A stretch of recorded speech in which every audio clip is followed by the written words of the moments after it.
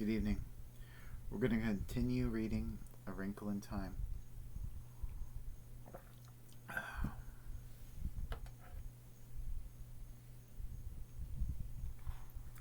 Let's continue with Chapter 7, The Man with Red Eyes.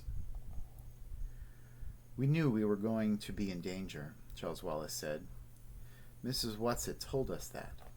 Yes, and she told us that it was going to be worse for you than Meg and me, and that you must be careful. You stay right here with Meg, old sport, and let me go in and case the joint, and then report to you. No, Charles Wallace said firmly. She told us to stay together. She told us not to go off by ourselves. She told you not to go off by yourself. I'm the oldest, and I should go in first. No. Meg's voice was flat. Charles is right, Cal. We have to stay together.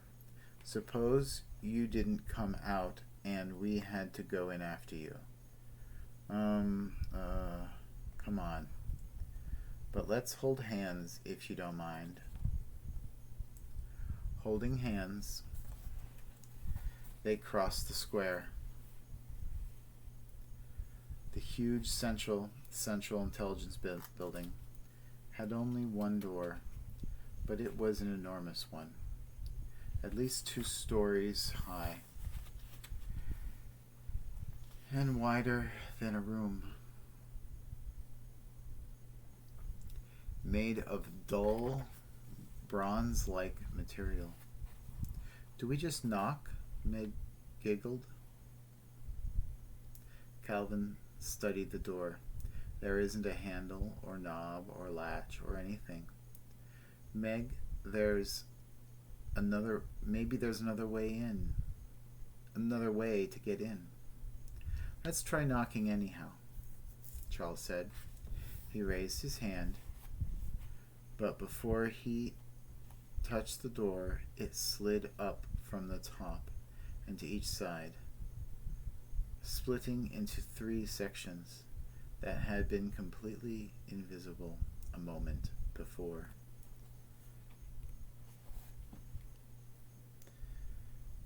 The startled children looked into a great entrance hall of dull, greenish marble. Marble benches lined 3 of the walls. People were sitting there like statues. The green of the marble reflected on their faces made them look bilious. They turned their heads at the door. As the door opened, saw the children, looked away again. Come on, Charles said. And still holding hands, they stepped in. As they crossed the threshold, the door shut silently behind them. Meg looked at Calvin and Charles, and they, like the waiting people, were a sickly green. The children went up to the blank 4th wall. It seemed unsubstantial, as though one might almost be able to walk through it. Charles put out his hand. It's solid and icy cold. Calvin touched it. Ugh! Meg's left hand was held by Charles, her right hand by Calvin, and she had no desire to let go of either to touch the wall. Let's ask somebody something. Charles led them over to one of the benches. Could you tell us what's the procedure around here? He asked one of the men. The men all wore nondescript business suits, and though their features were as different as one from the other of the features of men on earth, there was also a sameness to them. Like the sameness of people riding in a subway, Meg thought. Only on a subway, every once in a while, there's somebody different. And here, there isn't. The man looked at the children warily. The procedure for what? How do we see whoever is in authority? Charles asked. You pressed your papers to the A machine. You ought to know that. The man said severely. Where is the A machine? Calvin asked. The man pointed to the blank wall. But there isn't a door or anything, Calvin said. How do we get in? You put your S papers in the B slot, the man said. Why are you asking me these stupid questions? Do you think I don't know the answers? You'd better not play any games around here, or you'll have to go through the process machine again. You don't want to do that.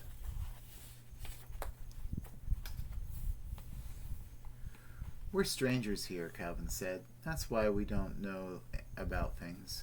Please tell us, sir, who you are and what you do. I run a number 1 spelling machine on the 2nd grade level. But what are you doing here now? Charles Wallace asked. I am here to report that one of the letters is jamming, and until it can be properly oiled by an F-grade oiler, there is danger of jammed mines. Strawberry jam or raspberry? Charles Wallace murmured. Calvin looked down at Charles and shook his head warningly. Meg gave the little boy's hand a slight, understanding pressure. Calvin Wallace, she was quite sure, was not trying to be rude or funny. It was his way of whistling in the dark. The man looked at Charles sharply. I think I shall have to report you. I'm afraid I'm fond of children, due to the nature of my work, and I don't like to get them in trouble. But rather than run the risk myself of reprocessing, I must report you. Maybe that's a good idea, Charles said. Who do you report us to? To whom do I report? Well, to whom, then? I'm not on the 2nd grade level. I wish he wouldn't act so sure of himself, Meg thought, looking anxiously at Charles and holding his hand more and more tightly until he wiggled his fingers in protest. That's what Miss Whatsit said he had to watch, being proud.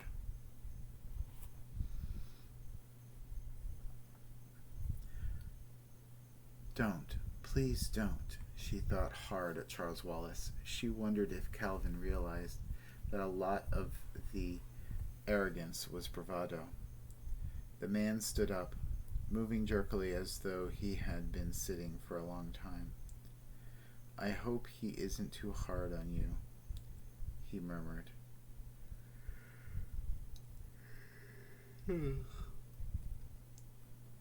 As he led the children toward the empty 4th wall.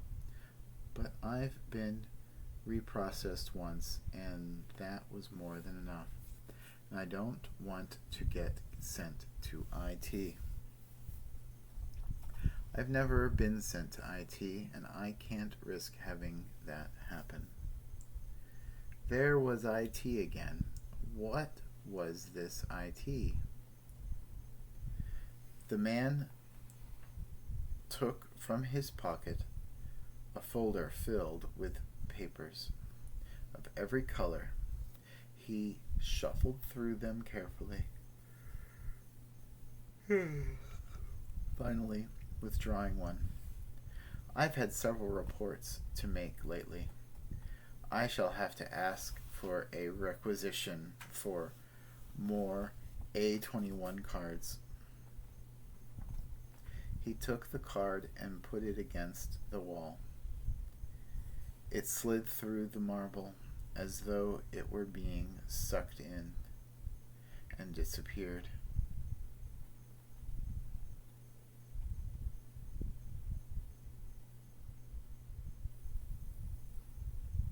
You may be detained for a few days, the man said, but I'm sure they won't be too hard on you because of your youth.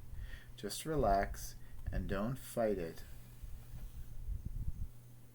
Don't fight, and it will all be much easier for you. He went back to his seat, leaving the children standing and staring at the blank wall. And suddenly the wall was gone. Suddenly the wall was no longer there. And they were looking into an enormous room lined with machines.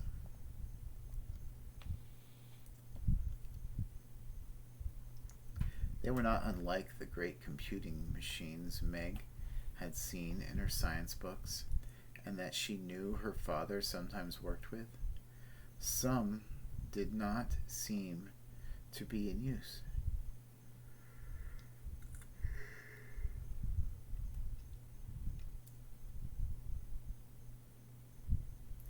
In others, lights were flickering on and off. In one machine, a long tape was being eaten. In another, a series of dash were being punched. Several white-robed attendants were moving about, tending the machines. If they saw the children, they gave no sign. Calvin muttered something.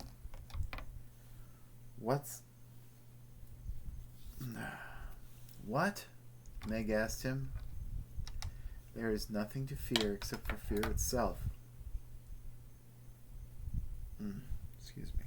Something in my eye. There is nothing to fear except for fear itself, Calvin said. I'm quoting like Miss Who, Meg. I'm scared stiff. So am I. Meg held his hand more tightly. Come on. They stepped into the room with the machines. In spite of the enormous width of the room, it was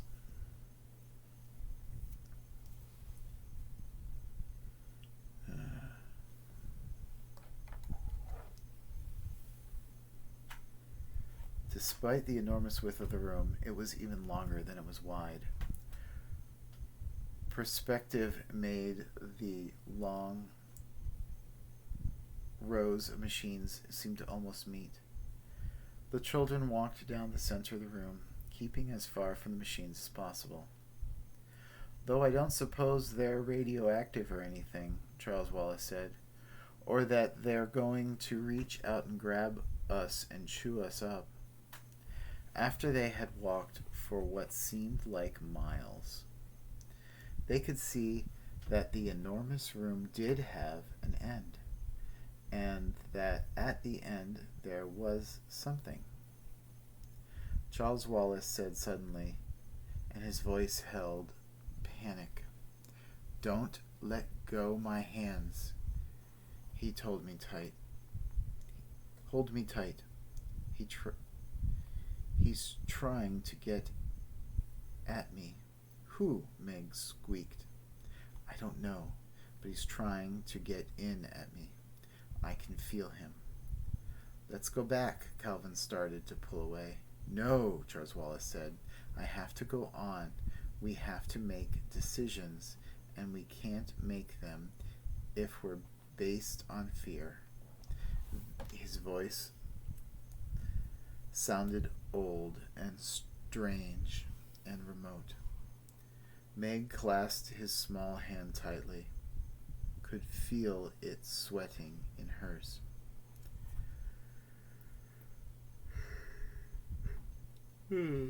As they approached the end of the room, their steps slowed. Before them was a platform. On the platform was a chair, and on the chair was a man. What was there about him that seemed to contain all the coldness and darkness they had felt as they plunged through the black thing on their way to this planet? I have been waiting for you, my dears, the man said. His voice was kind and gentle, not at all the cold and frightening voice Meg had expected. It took her a moment to realize that though the voice came from the man, he had not opened his mouth or moved his lips. He moved his lips at all. That no real words had been spoken to fall upon her ears. That he had somehow communicated directly into her mind. But how does it happen that there are 3 of you? The man asked. Charles Wallace spoke with harsh boldness, but Meg could feel him trembling. Oh, Calvin just came along for the ride. Oh, he did he? For a moment there was a sharpness to the voice that spoke inside their minds. Then it relaxed and became soothing again. I hope that it has been a pleasant one so far. Very educational, Charles Wallace said. Let Calvin speak for himself, the man ordered. Calvin growled, his lips tight, his body rigid. I have nothing to say.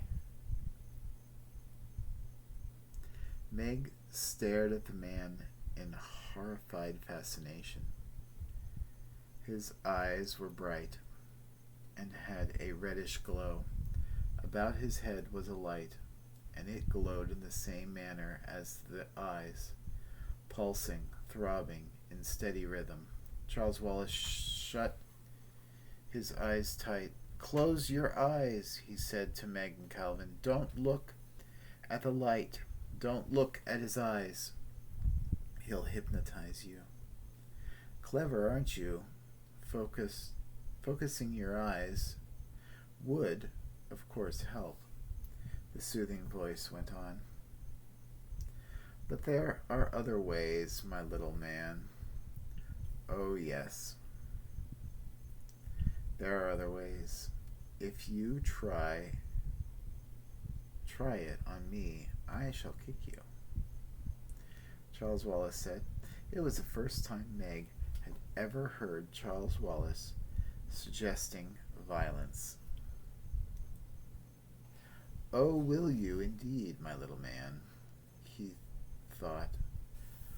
The thought was tolerant, amused. But 4 men in dark smocks appeared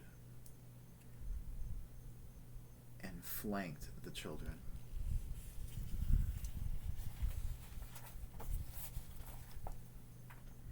Now, my dear, the words continued, I shall, of course, have no need of recourse to violence.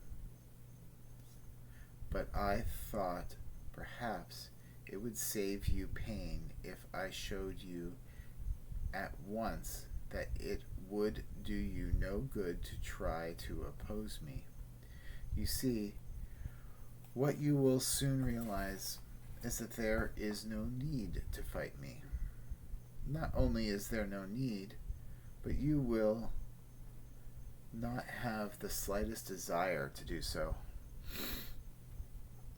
For why should you wish to fight something who is here only to save you pain and trouble? For you as well as for the rest of all the happy, useful people on this planet.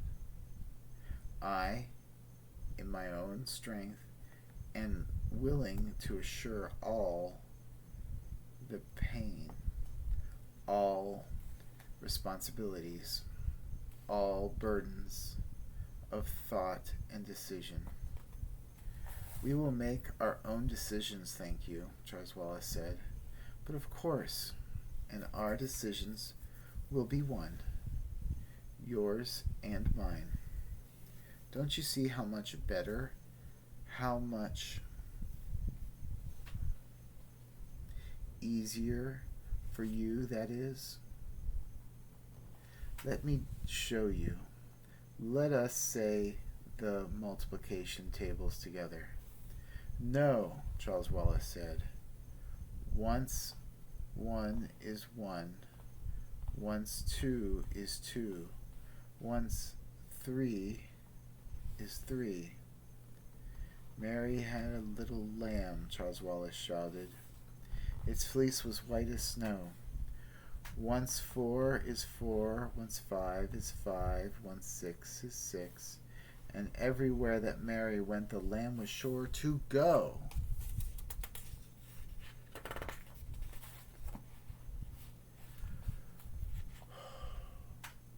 Once seven is seven, once eight is eight, once nine is nine. Peter, pumpkin eater, had a wife and couldn't keep her. Once 10 is 10, once 11 is 11, once 12 is 12. The number words pounded insistently against Meg's brain. They seemed to be boring their way into her skull. Twice one is two, twice two is four, twice three is six. Calvin's voice came out in an angry shout. fourscore years ago, our fathers brought forth this continent a new nation, conceived in liberty and dedicated to the proposition that all men are created equal. Twice four is 8, twice 5 is 10, twice 6 is 12. Father, Meg screamed. Father! The scream, half involuntary, jerked her mind back out of darkness.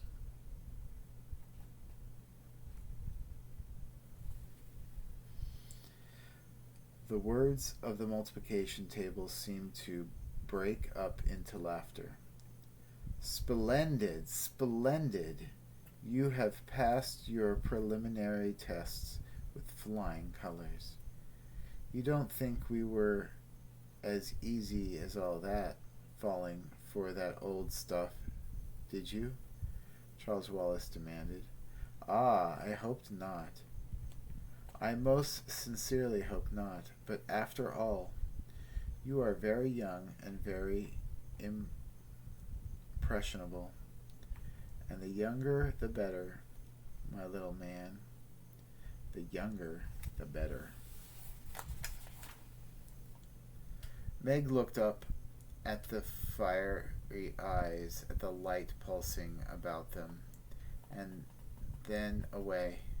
She tried looking at the mouth, at the thin, almost colorless lips, and this was more possible, even though she had to look obliquely, so that she was not sure exactly what the face really looked like, whether it was young or old, cruel or kind, human or alien. If you please, she said, trying to sound calm and brave, The only reason we are here is because we think our father is here. Can you tell us where to find him? Ah, your father. There seems to be a great chortling of delight. Ah, yes, your father is not. It is not can I, young lady, but will I. Will you then? That depends on a number of things. Why do you want your father? Didn't you ever have a father yourself? Meg demanded. You don't want him for a reason. You want him because he's your father. Ah, but he hasn't been acting very like a father lately, has he? Abandoning his wife and 4 little children to go gallivanting off on wild adventures of his own. He was working for the government. He'd never have left us otherwise. And we want to see him. Please, right now. My, but the little miss is impatient. Patience. Patience, young lady. Meg did not tell the man on the chair that patience was not one of her virtues. And by the way, children, my children, he continued blandly, you don't need to vocalize verbally with me. You know I can understand you quite as well as you can understand me. Charles Wallace put his hands on his hips defiantly. The spoken word is one of the triumphs of man, he proclaimed, and I intend to continue using it, particularly with people I don't trust. But his voice was shaking. Charles Wallace, who even as an infant had seldom cried, was near tears. And you don't trust me?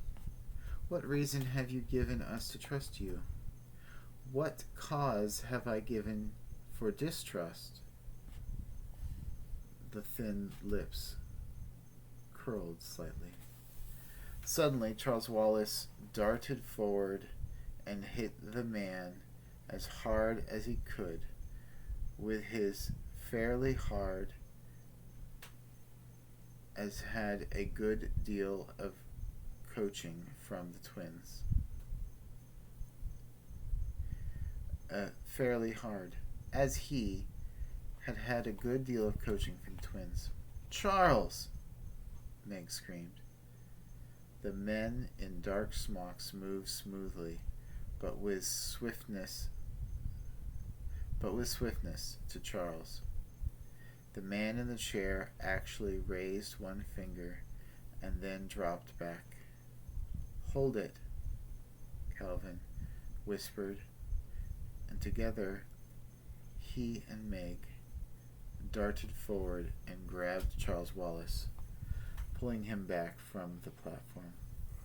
The man gave a wince, and the thought of his voice was a little breathless, as though Charles Wallace's punch had succeeded in winding him. May I ask why you did that? Because you aren't you, Charles Wallace said. I'm not sure what you are, but you, he pointed to the man in the chair, aren't what's talking to us.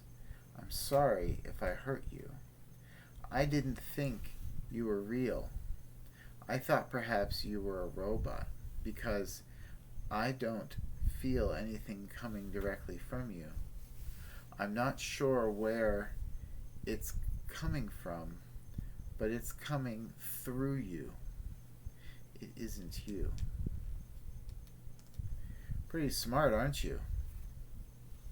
The thought asked, and Meg had an uncomfortable feeling that she detected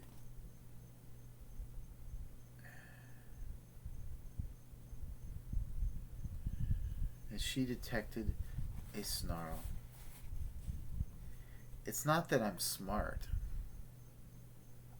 Charles Wallace said, and again Meg could feel the palm of his hand sweating inside hers. Try to find out who I am, then, the thought probed. I have been trying, Charles Wallace said, his voice high and trembling. Look into my eyes, look deep within them, and I will tell you. Charles Wallace looked quickly at Meg and Calvin, then said as though to himself, I have to, and focused his clear blue eyes on the red ones of the man in the chair. Meg looked not at the man but at her brother.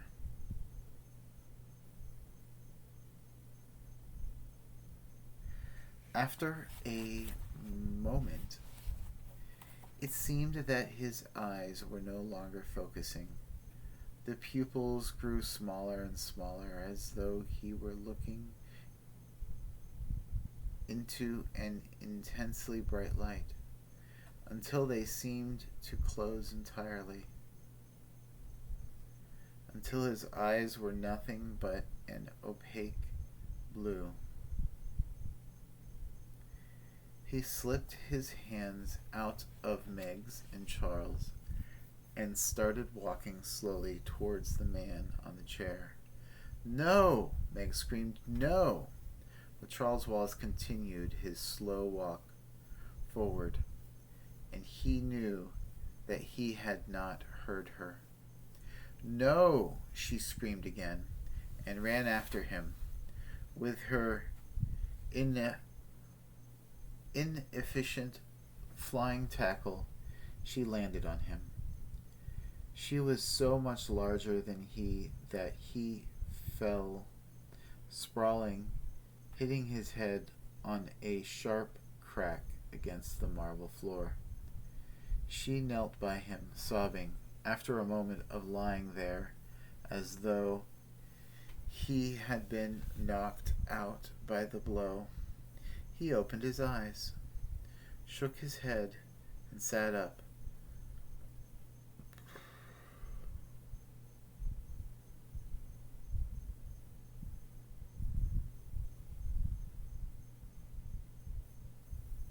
Slowly, the pupils of his eyes dilated until they were back to normal, and the blood came back to his white cheeks. The man on the chair spoke directly into Meg's mind, and now there was a distinct menace to the words.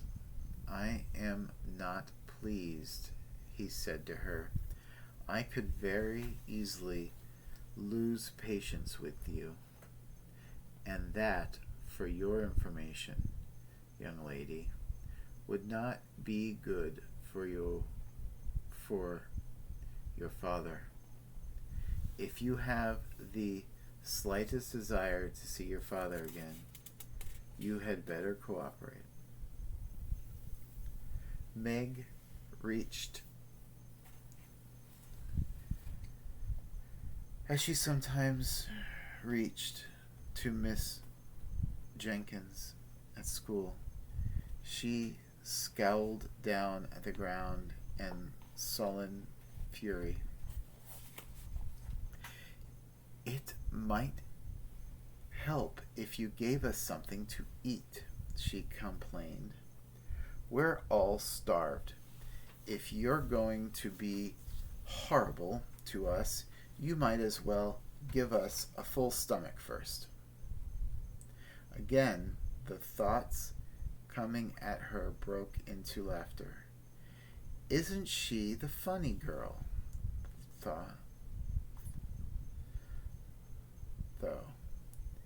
It's lucky for you that you amuse me, my dear, or I shouldn't be so easy on you. The boys, I find, not nearly as diverting. Ah, well, now tell me, young lady, if I feed you, will you stop interfering with me? No, Meg said. Starvation does work wonders, of course, the man told her. I hate to use such primitive methods on you, but of course you realize that you force them on me. I wonder what else your old food... I wouldn't eat your old food anyhow. Meg was still all churned up and angry, as though she were in Miss Jerkin's office. I wouldn't trust it. Of course our food, being synthetic, is not superior to your messes of beans and bacon and so forth. But I assure you that it's far more nourishing. And though it has no taste of its own, a slight conditioning is all that you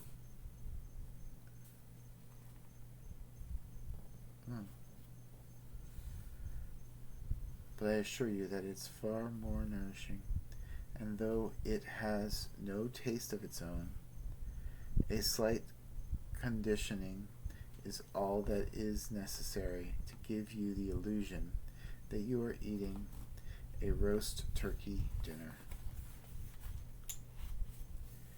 If I ate now, I'd throw up anyhow, Meg said, still holding Meg and Calvin's hand. Charles Wallace stepped forward. Okay, what next? He asked the man on the chair. We've had enough of these preliminaries. Let's get on with it.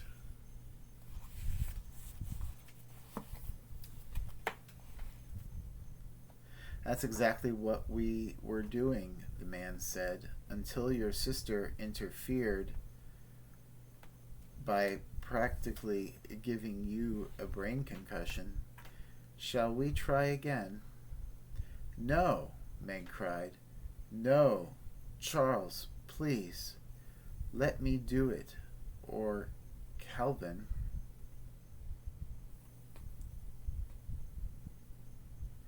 But it is only the little boy whose neurological system is complex enough. If you tried to conduct the necessary neurons, your brain would explode. And Calvin's wouldn't? I think not. But there's a possibility. There's always a possibility. Then he mustn't do it. I think you will have to grant him the right to make his own decisions. But Meg, with the dogged tendency that had so often caused her trouble, continued. You mean Calvin and I can't know who you really are? Oh no, I didn't say that. You can know it in the same way, nor is it as important to me as you have at me to have you know. Ah, here we are. From somewhere in the shadows appeared 4 more men in dark smocks, carrying a table. It was covered with white cloth, like the table used by Roman Senate.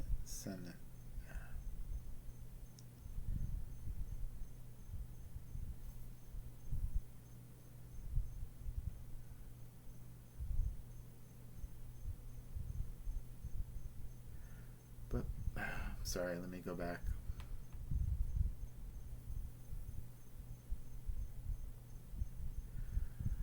I think you will have to grant him the right to make his own decisions. But Meg, with the dogged tendency that had so often caused her trouble, continued, You mean Calvin and I can't know who you really are? Oh, no, I didn't say that. You can't know it in the same way, nor is it as important to see, nor is it as important to me to have you know. Ah, here we are. From somewhere in the shadows appeared 4 more men in dark. Timer, so I'll start 1. 4 minutes. Starting 1. Echo, stop. Computer, stop. Sorry for the interruption. From somewhere in the shadows appeared 4 more men in dark smocks carrying a table. Oh, okay. Nor is it important to me that you have known. Ah, here we are. From somewhere in the shadows appeared 4 men with dark smocks carrying a table. It was covered with a white cloth, like a table used by room service in hotels, and held a metal hotbox containing something that smelled delicious, something that smelled like a turkey dinner. There's something phony in the whole setup, Meg thought. There is definitely something rotten in the state of Camazotz. Again, the thought seemed to break into laughter. Of course it doesn't really smell, but isn't it as good as though it really did? I don't smell anything, Charles Wallace said. I know, young man, and think how much you're missing. This will all taste to you as though you were eating sand. But I suggest that you force it down. I would rather not have your decisions come from the weakness of an empty stomach. The table was set up in front of them,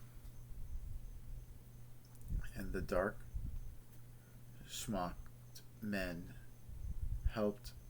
heaped their plate with turkey and dressing and mashed potatoes and gravy and little green peas and big yellow blobs of butter melting in them, and cranberries and sweet potatoes topped with gooey browned marshmallows and olives and celery and rosebud radishes. And Meg felt her stomach rumbling loudly. The saliva came to her mouth. Oh, Jiminy, Calvin mumbled. Chairs appeared, and 4 men who had provided the feast slid back into the shadows. Charles Wallace freed his hands from Meg's and Calvin's and plunked himself down on one of the chairs. Come on, he said. If it's poisoned, it's poisoned. But I don't think it is. Calvin sat down. Meg continued to stand indecisively. Calvin took a bite. He chewed, he swallowed, he looked at Meg. If this isn't real, it's the best imagination you'll ever get. It's the best imitation you'll ever get. Charles Wallace took a bite, made a face, and spit out his mouthful. "It's unfair," he shouted at the man. Laughter again. "Go on, little fellow, eat." Meg sighed and sat. "I don't think we should eat this stuff. But if you're going to, I'd better too."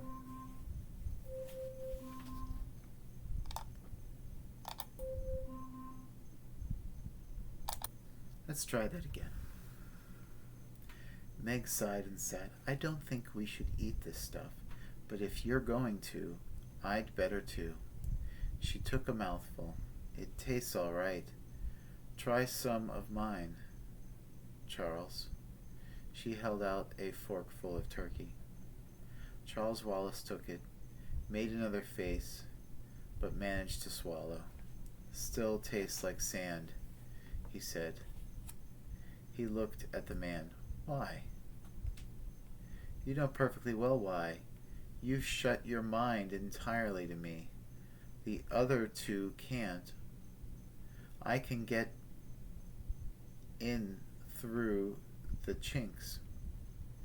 Not all the way in, but enough to give them a turkey dinner. You see, I'm really just a kind, jolly old gentleman." "Ha," Charles Wallace said. The man lifted his lips into a smile, and his smile was the most horrible thing Meg had ever seen. "Why don't you trust me, Charles? Why don't you trust me enough to come in and find out what I am? I'm peace and utter rest. I'm freedom from all responsibilities. To come in to me is the last difficult decision you need ever make."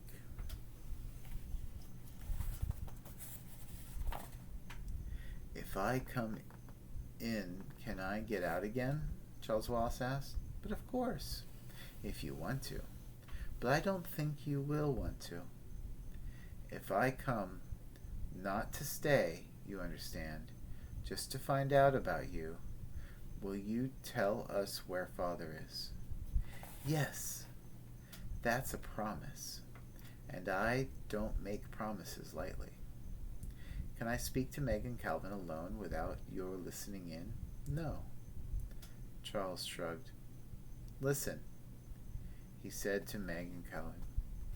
"I have to find out what he really is. You know that. I'm going to try to hold back. I'm going to try to keep part of myself out. You mustn't stop me this time, Meg. But you won't be able to, Charles.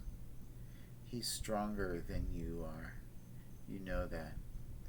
I have to try. But Miss Watson warned you. I have to try for Father. Meg, please.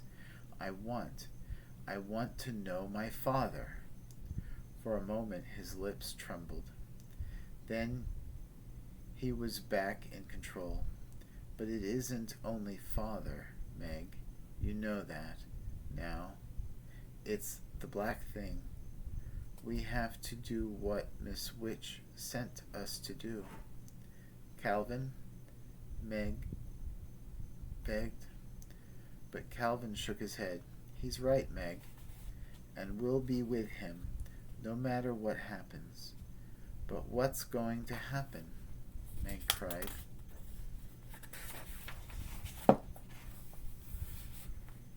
Charles Wallace looked up at the man. "Okay," he said, "let's go."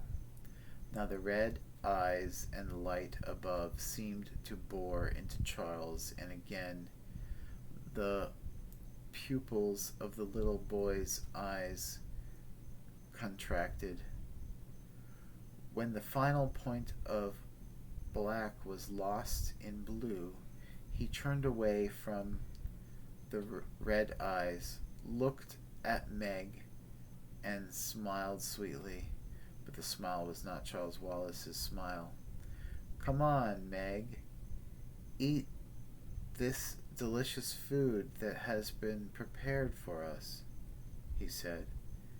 Meg snatched Charles Wallace's plate and threw it on the floor, so that the dinner splashed about and the plate broke into fragments. "No!" she cried, her voice rushing shrilly. "No, no, no!" From the shadows came one of the dark smocked man and put another plate in front of Charles Wallace, and he began to eat eagerly. "What's wrong, Meg?" Charles Wallace asked. "Why are you being so belligerent and uncooperative?" The voice was Charles Wallace's voice, and yet it wasn't. Two somehow flattened out, almost as a voice might have sounded on the two-dimensional planet. Meg grabbed wildly at Calvin, shrieking, "That isn't Charles. Charles is gone." And that's the end of chapter 7. Sorry for the interruptions in the middle of it. I'm glad we got through it, and we'll pick up tomorrow with the transparent column. Have a good night.